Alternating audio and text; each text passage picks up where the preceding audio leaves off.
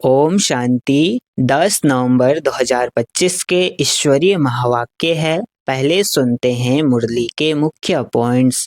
बाबा ने कहा, हर बच्चे को तन मन धन से ऐसी सच्ची सर्विस करनी है जिसका एवजा 21 जन्मों तक मिले, पर सेवा में कभी आपस में अनबन नहीं होनी चाहिए। सच्ची सेवा वही है जो मनसा वाचा कर्मणा से की जाए, जहाँ संकल्प भी सेवा का हो, वाणी भी मीठी हो और कर्म भी पवित्र हो। घर में स्त्री पुरुष के बीच खिटखिट नहीं होनी चाहिए, क्योंकि जहाँ मतभेद हैं वहाँ शक्ति नहीं दुर्बलता होती है। सच्चा ब्राह्मण वही है जो पहले अपना कल्याण करे, केवल पंडित बनकर दूसरों को न सिखाए।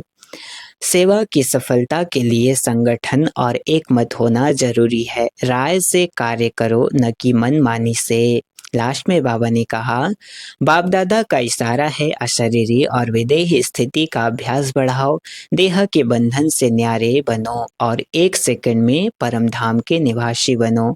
अच्छा, अब सुनते हैं मुरली को विस्तार से। मुरली का सार। मीठे बच्चे, तन मन धन अथवा मनसा वाचा कर्मणा ऐसी सर्विस करो जो 21 जन्मों का बाप से एवजा मिले, परंतु सर्विस में कभी आपस में अनबनी नहीं होनी चाहिए। प्रश्न, ड्रामा अनुसार बाबा जो सर्विस करा रहे हैं उसमें और तीव्रता लाने की विधि क्या है? उत्तर, आपस में एक मत हो, कभी कोई खिटखिट न हो।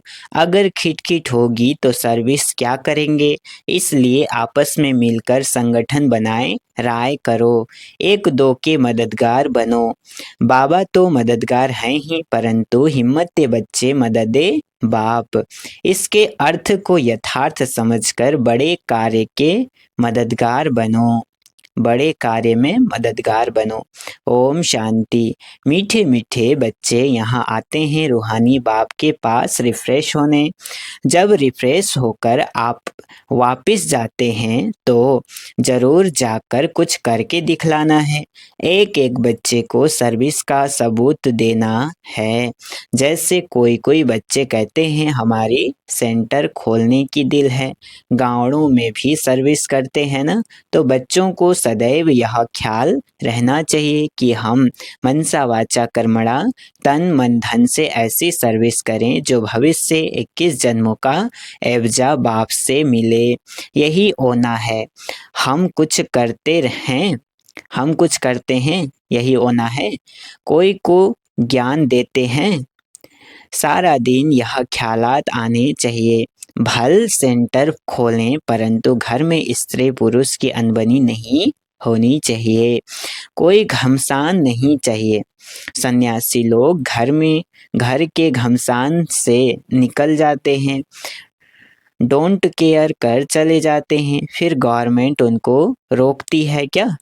वह तो सिर्फ पुरुष ही निकलते हैं। अभी कोई कोई माताएं निकलती हैं जिनका कोई धाड़ी धोड़ी नहीं होता, या वैराग्य आ जाता है उन्हों को भी वो सन्यासी पुरुष लोग बैठ सिखलाते हैं। उन द्वारा अपना धंधा करते हैं, पैसे आदि सारे उनके पास रहते हैं। वास्तव में घर बार छोड़ा तो फिर पैसे रखने की दरकार नहीं रहती। तो अब बाप तुम बच्चों को समझा रहे हैं, हर एक की बुद्धि में आना चाहिए। हमको बाप का परिचय देना है। मनुष्य तो कुछ नहीं जानते, बेसमझ हैं। तुम बच्चों के लिए बाप का फरमान है, मीठे मीठे बच्चों, तुम अपने को आत्मा समझो। सिर्फ पंडित नहीं बनना है, अपना भी कल्याण करना है। याद से सतो प्रधान बनना है, बहुत पुरुषार्थ करना है, नहीं तो बहुत पछताना पड़ेगा।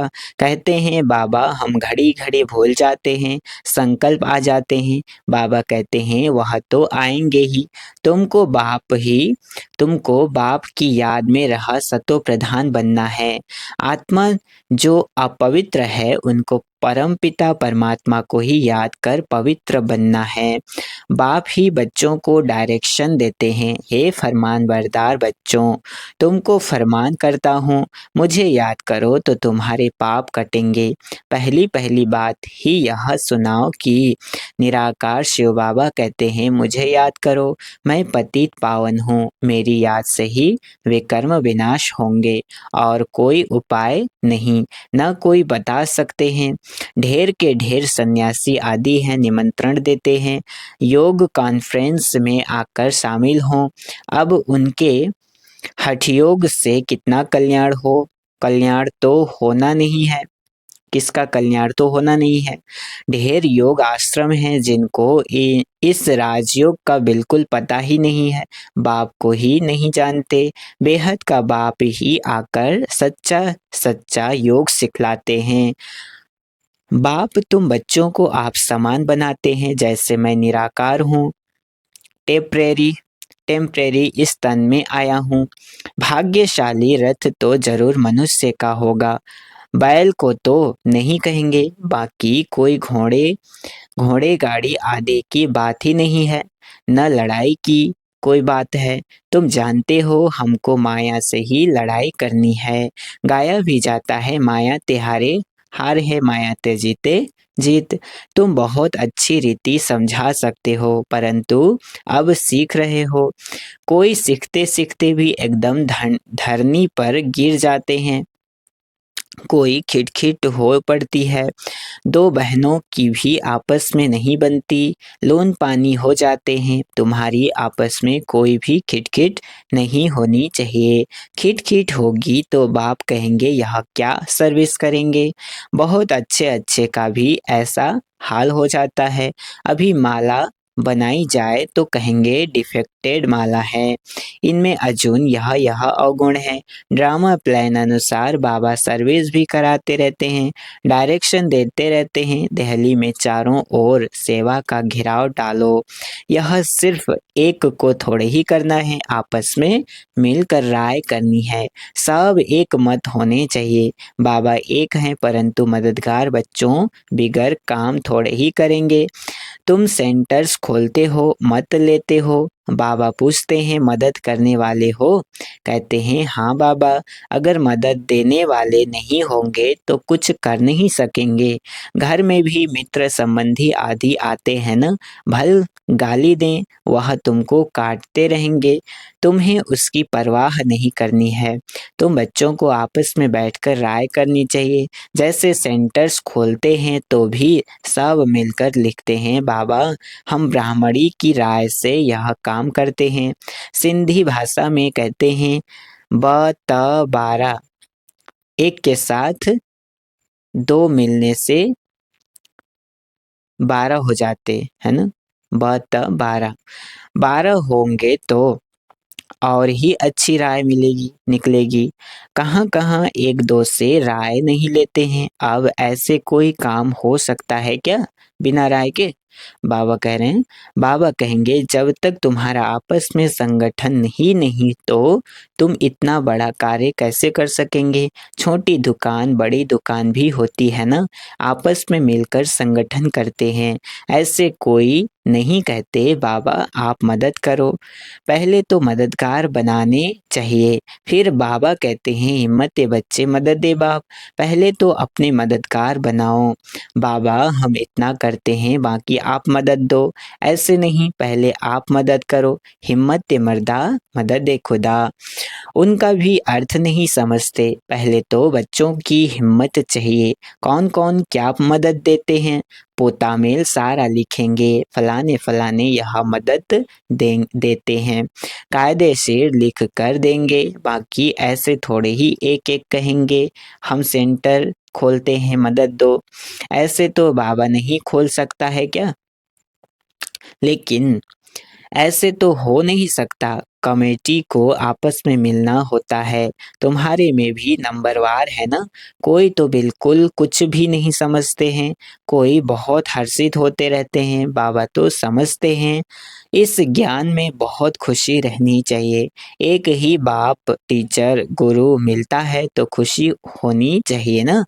दुनिया में यह बातें कोई नहीं जानते। शिव बाबा ही ज्ञान सागर, पतित पावन, सर्व का सद्गति दाता है। सबका फादर भी एक है, यह और कोई की बुद्धि में नहीं है।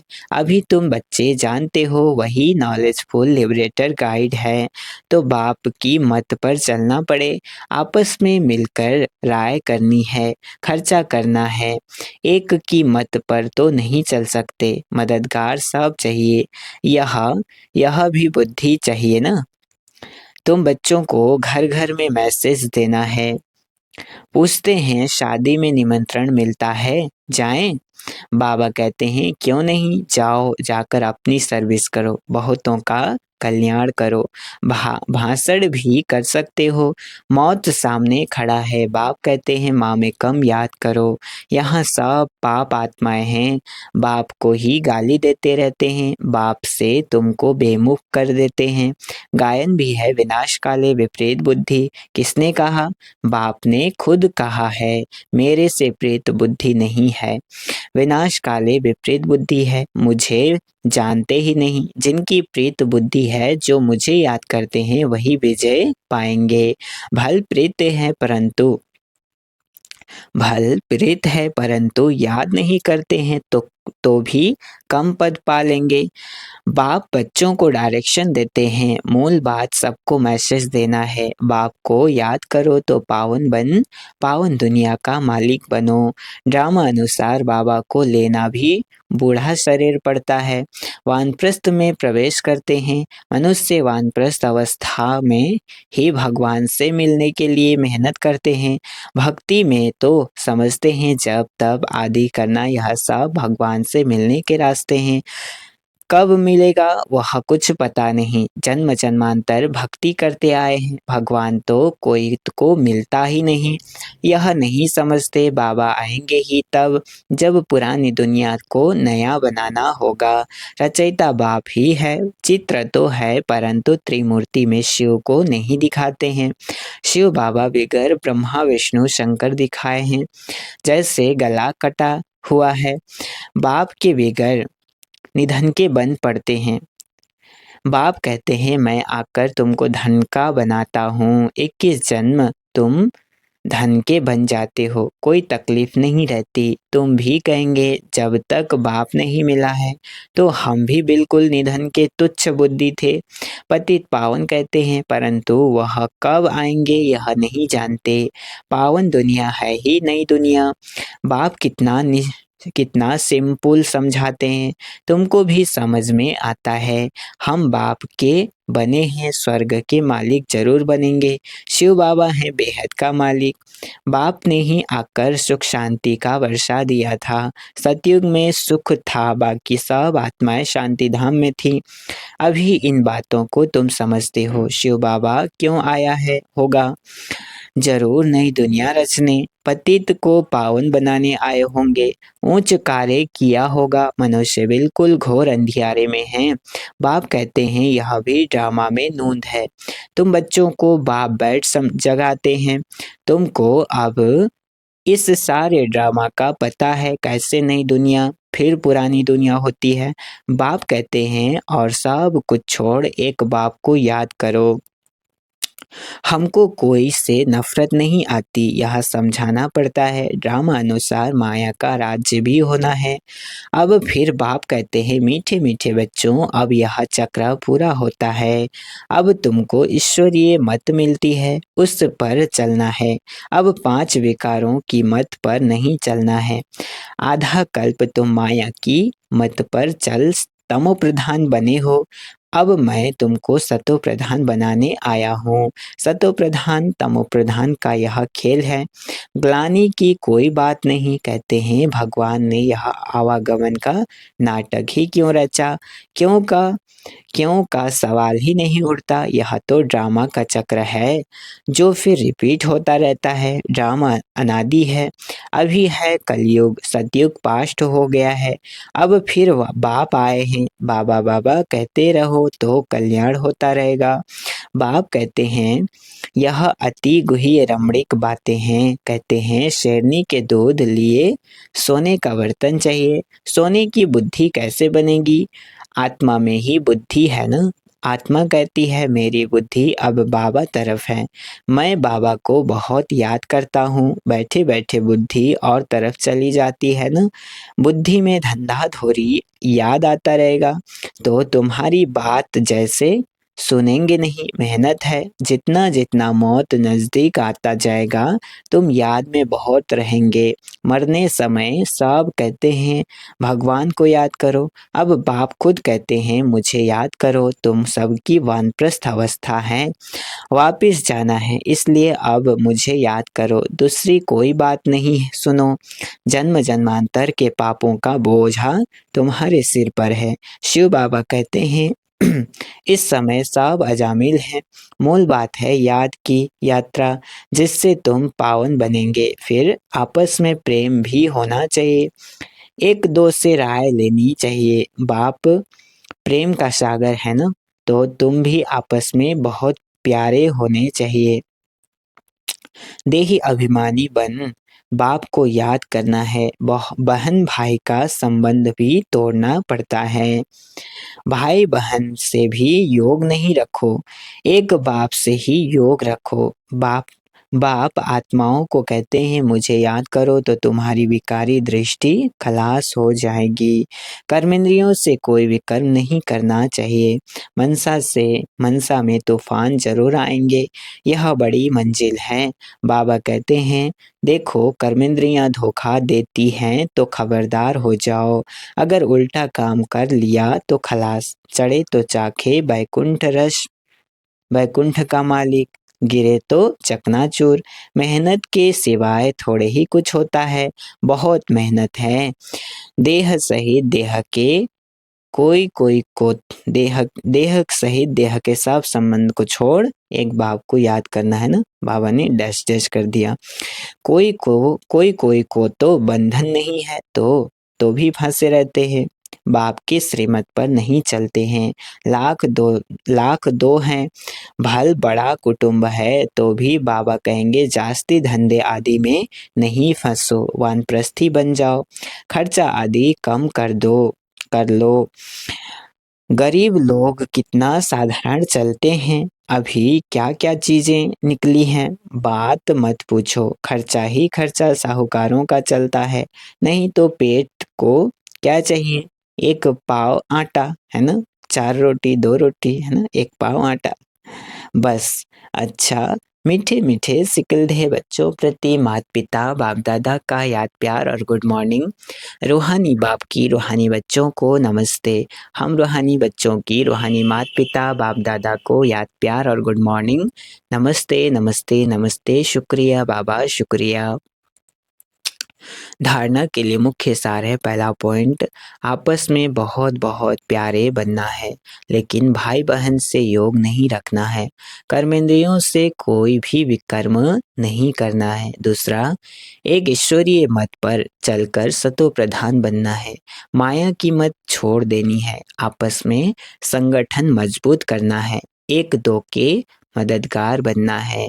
वरदान याच का लक्ष्य के प्रमाण लक्षण के बैलेंस की कला द्वारा चढ़ती कला का अनुभव करने वाले सदा बाप समान संपन्न भव। क्या कहा, लक्ष्य के प्रमाण लक्षण के बैलेंस की कला द्वारा चढ़ती कला का अनुभव करने वाले बाप समान संपन्न भव। विस्तार, बच्चों में विश्व कल्याण की कामना भी है तो बाप समान बनने की श्रेष्ठ इच्छा भी है, लेकिन लक्ष्य के प्रमाण जो लक्षण स्वयं को व सर्व को दिखाई दें, उसमें अंतर है। इसलिए बैलेंस करने की कला अब चढ़ती कला में लाकर इस अंतर को मिटाओ।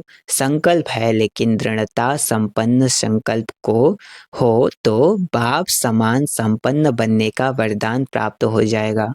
अभी जो स्वदर्शन और परदर्शन दोनों चक्र घूमते हैं, व्यर्थ बातों के जो त्रिकालदर्शी बन जाते हो, इसका परिवर्तन कर स्वचिंतक स्वदर्शन चक्रधारी बनो। स्लोगन: सेवा का भाग्य प्राप्त होना ही सबसे बड़ा भाग्य है। क्या कहा? सेवा का भाग्य प्राप्त होना ही सबसे बड़ा भाग्य है। अव्यक्त इशारे अशरीरी व विदेही स्थिति का अभ्यास बढ़ाओ। अभ्यास करो देह और देह के देश को भूल अशरीरी परमधाम निवासी बन जाओ। फिर परमधाम निवासी से अव्यक्त स्थिति में स्थित हो जाओ। फिर सेवा के प्रति आवाज में आओ। सेवा करते हुए भी अपने स्वरूप की स्मृति में रहो। अपनी बुद्धि को जहाँ चाहो वहाँ 1 सेकंड से भी कम समय में लगा लो, तब पास विद ऑनर बनेंगे। अच्छा, ओम शांति।